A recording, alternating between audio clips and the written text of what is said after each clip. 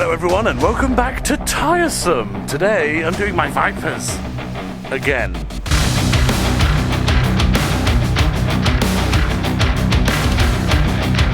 Okay, so I think I found out what the issue is with my wipers. Tim and I were musing over this the other day when we were actually filming the welding video that may or may not be out by now when we tested the welder. And we had a fiddle with the wiper system here, and I noticed this. So, this is indeed the wiper, and this is the sort of wheel box. This rubber bit here is the bungee that's supposed to tighten it all together.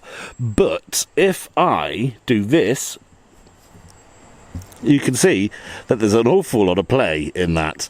And I spoke to Nige, and actually there's supposed to be underneath the other side of this, on the other side of the fiberglass, there's supposed to be something very similar to this, that the rubber here, that is supposed to be on the underside as well. So we think that's what the issue is. Yeah, gonna fix that today. So you can see these here, which Nige at QRG has named up for me, the wheelbox inner spaces, and this set here are the wheelbox outers, and these have the new bolts and washers that are on the outside, which are actually in situ over there already, but I'm pretty sure we're missing these. And I think about 5 years ago, when me and my dad did replace the wiper rack and both wheel boxes, I think the issue was that these were so perished we actually didn't even notice that they're supposed to be in there. That would explain why the adjustment's completely off on the wiper rack and why it's trying to push the wipers sort of into the windscreen rather than just they glide across nicely. So we're going to work on that today. I don't know, I'm hoping that I don't have to remove the wheel boxes and then from the inside with my legs in the air, my head under the dash, have to put these in. I just got this in the air and look at how much movement there is in that. That's ridiculous. No wonder it doesn't work properly. Okay everyone, so Tim's arrived. Hi Tim. And we managed to get one on. It is your head under the dash shitty scenario, but we have got the one under. That is done up properly. I didn't film it because in true YouTube fashion, you do one side, learn how to do it, and then do the other side on film, hopefully. So I should show you in a bit. But as you can see, the other wiper is still off. So if this is the problem, then this wiper should move. Go, Tim. No! Yeah, okay, sure. I mean, yeah, if it can't move one wiper like that, it's so weird. It's like the wiper blade. Yeah, it's side, you know, it's like rolling over. I guess the screen is dry. Hang on a second, let's just get some fluid on it. So we've got a bit of window lean now, go for it. No, oh. No, it really just doesn't want to go.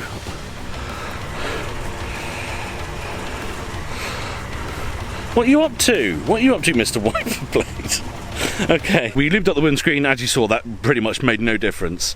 But then I played around with the contacts inside on the electrical connections, and now if I do the inter, it moves. In fact, that moves very well. So we're going to do the other wheel box as well because they both need doing. Luckily, Tim's going to loiter around to help me for as long as he can with that. Just because it's with two people much easier, one person up top to get the threads on, whilst the other person applies pressure to the bottom. But then, if I open the bonnet again, Tim tells me there are connections in here, and those sort of two black connections at the back there, those are fairly notorious for being terrible. So I'm either going to bypass those because they just go to these voltage stabilizers anyway, even if just for testing, and I don't have a radio anyway, so there's no point in stabilizing the voltage. But those might also have terrible connections in them. So I reckon we might bypass those, and that might give us the extra boost of power that we need. But yeah, we're going to get the other wheel box done first of all. Lovely. And then everything went wrong.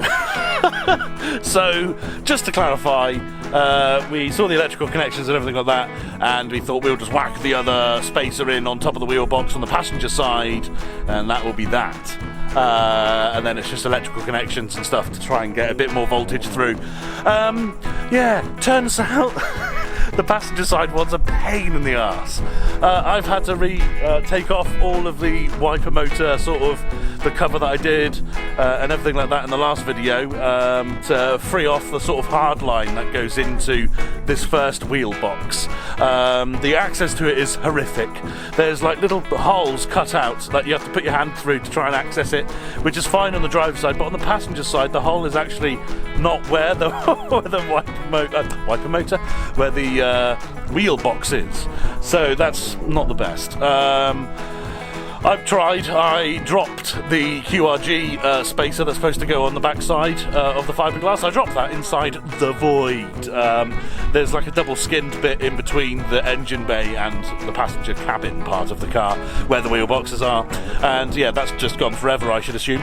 So we're now debating whether to try and use one of the purple ones that are off the exterior of the car under there, and at the moment I have been demoted and Tim is taken over, even though he's slipped a disc and he's in a lot of pain. Well, let me show you. This is what we're dubbing the scimitar position. You can see he's straddling, whilst reversed, the chair, seat, whatever, with his head under the dash, whilst he tries to manipulate the wheel box there, which is, you know, you can see it being manipulated. I don't know, I mean, I don't know how it looked from the outside when I was doing it, and the thing is, when you look at this here, it looks quite easy, doesn't it? It looks, oh look, there's Tim's finger. It looks quite easy. You can see his finger there, you think, oh, just put the washer or the spacer on the end there whilst your finger's there, and that's that. There is not enough space. I cannot emphasise that enough. There is not enough space to do this. You are supposed to do this when you have new wheel boxes and you're replacing the wiper rack or something. You're supposed to do this with the new wheel boxes and then you put them in place. To try and do them in situ, I don't know if it's possible. Yeah. What do you think, Tim? Bloody difficult if it is possible.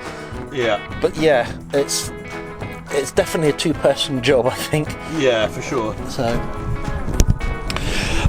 what we're debating at the moment, just so you were all on the same page, is putting the other one back to how it was before we had to take it off to try and fit this one on.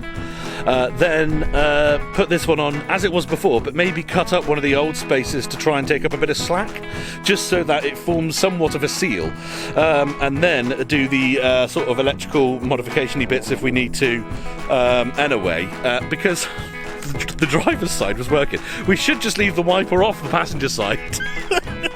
And then, you what, sorry? No, I don't need it. As long as the driver's side one works, that's fine. So it's all up to play for. I don't know what way we're going to go yet. Look at this manual craftsmanship here, South Devon made washer. So this is one of the old, what we call purple ones. That was one of the upper ones from the top here that we've now trimmed down to try and get in there. Note that the original ones that come in this sort of kit are not this thin. We are making this one this thin to try and, with ease, get it in. And Tim just dabbled with the hole, as Tim likes to do sometimes. Well, it looks like that may even go in from the top now. I mean, if that happens, that's life-changing. Maybe not life-changing, but you know. Oh God, I need to do something. Just keep hold of this with the screwdriver. Okay, will do. Obviously, if it goes doing like the last one did. Yeah, then we've lost it. Okay, I'm going to put the camera down. So, I'll show you in a minute what happened. All right, lol, bye. I'm sorry, everyone. This is our solution. So this is actually solid in there, and the two rubbers are there. The bottom one is one that we cannibalised, sandwiched together. It wouldn't go underneath. I personally can't see any way of doing that underneath with the wheel box in place and the rack and everything. I think the only way you can get those on is to take the whole rack out, the wheel boxes and everything, and do it before you put everything in, which we are not doing today.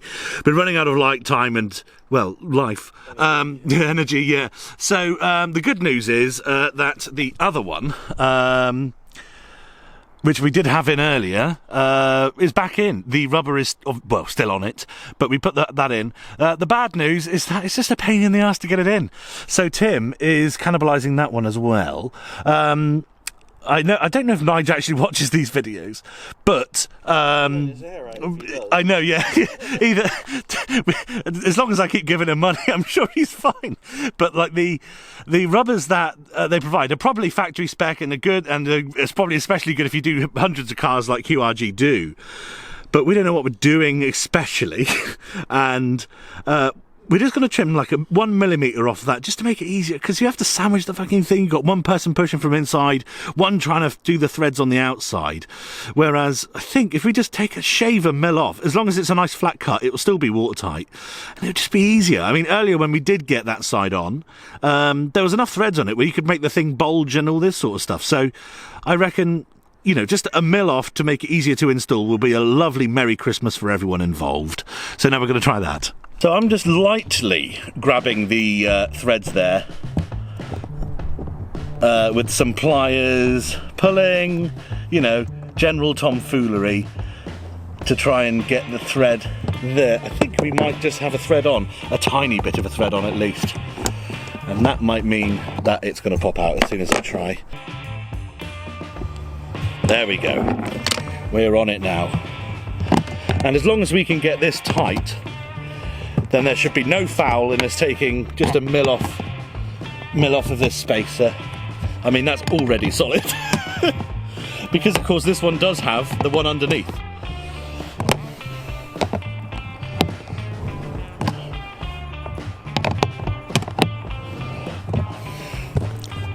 I'm happy with that. Yeah.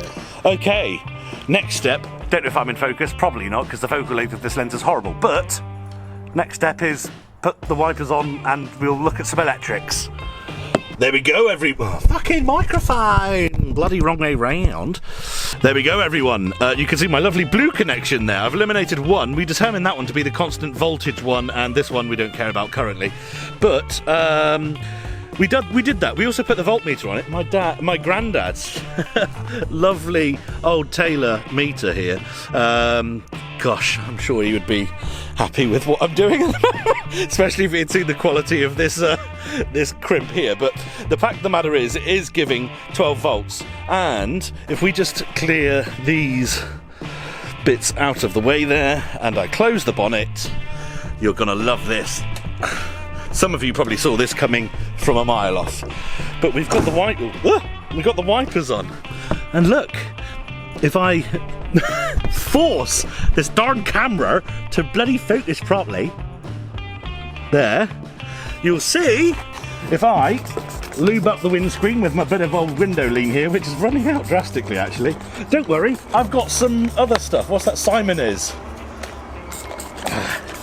Come on, spaff it. If we lube the windscreen up and start the car, notice how lovely my car starts now, and use the wipers, they work perfectly. Try them again.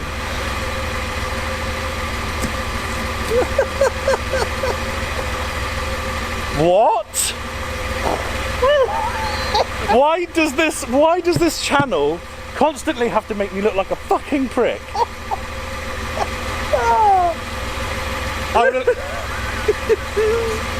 That's insane. I shall explain. Basically, the wipers weren't working at all. They were still sticking. The wheel boxes are now fixed in place. I know we did a janky effort on the passenger side one, but it does actually work quite nicely. We put both wipers on, and they were doing exactly the same lethargic wipe, almost none at all. Well, in fact, no, they weren't wiping of their own accord at all. We had to assist them. If we lifted the passenger side one up, then they would do the driver's side one would do a revolution on its own on a wet windscreen on a Wednesday. But I lubed them both up just with a bit of window lean, and wow, they worked first time. So there you go. I will never cease to look like a bell end, apparently, according to this camera. Tim's just huffing away in the background. Go on, Tim, hit the switch again. Hit the switch again, shall we? See if they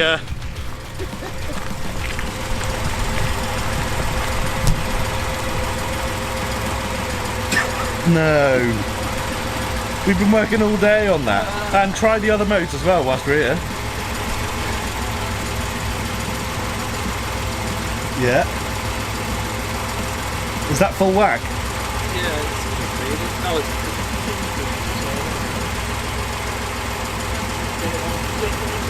What are you doing? find one switch. Oh, there is another one. Just keep going. Sure. Yeah.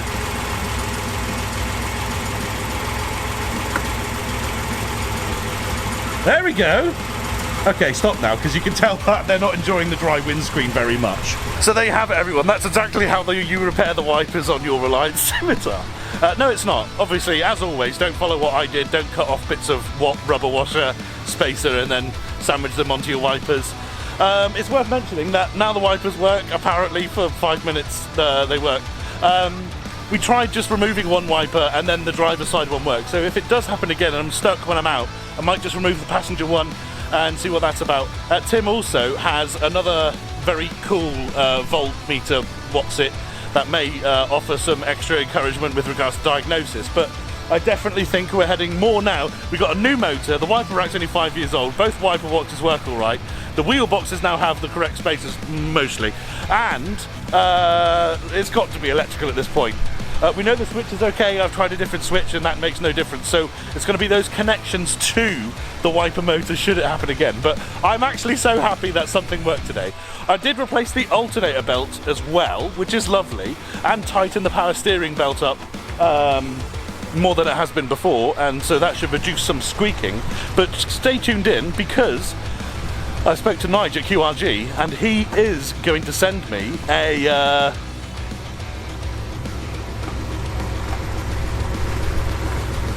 what's that? What? Why is it making that noise?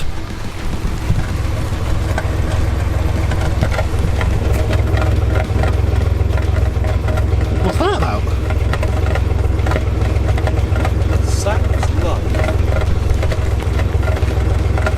Sounds like the baffle started around. What, is in the back box? Yeah. That's a shame. I know. If only I had 2 cherry bombs to put on it. It's a damn fine idea. Okay, sure. Okay, there's another thing to fix. Whilst I'm at the rear though, another thing I did today, off camera, because I thought, oh, that's just going to be a quick, easy job, no need to make a video about this, is the boot struts. Now, for those of you who followed the channel for a little while, will know that I replaced the microphone the correct way on the camera. Not only did I put the microphone on the correct way on the camera, but I also had to recently replace my boot hatch with... The microphone just fell off, by the way, everyone. It's going very well. With Tim, we replaced the boot hatch. I literally came home one day and it just fell apart. Luckily, I had this spare stainless steel lovely one in my shed ready to go on.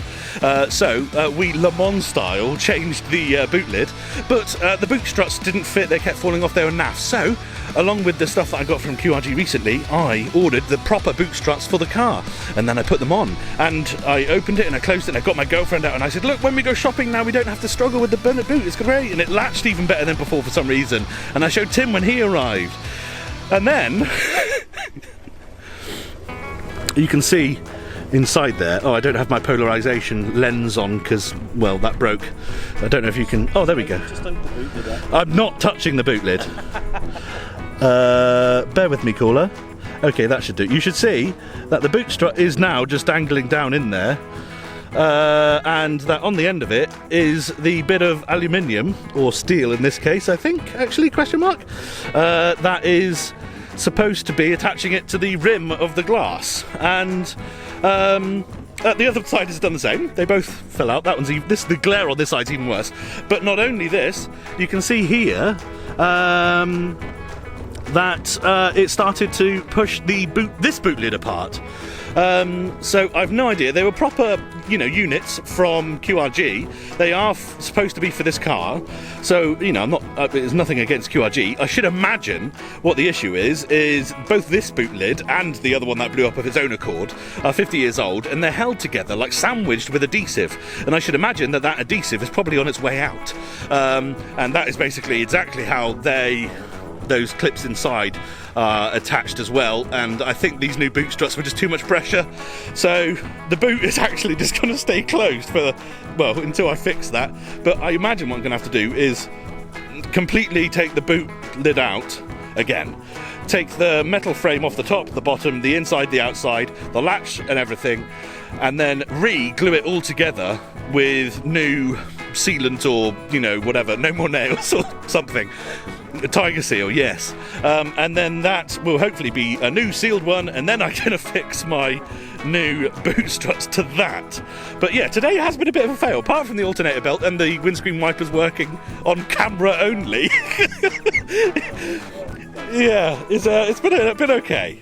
There we go, everyone. Another full, fun-packed episode of Tiresome. I hope you enjoyed this one. Some things may have gotten fixed. It's hard to tell at this point, but it's been good, and I feel like, well, I have spent nearly all day out here.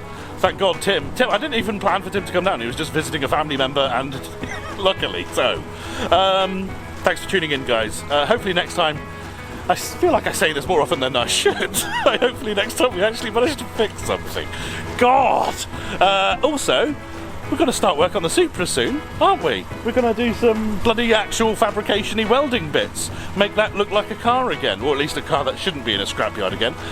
Thanks very much for tuning in, guys. See you in the next one. Bye! Bye, Tim. Bye-bye. Where are you? Yeah, you're there. Good. Bye.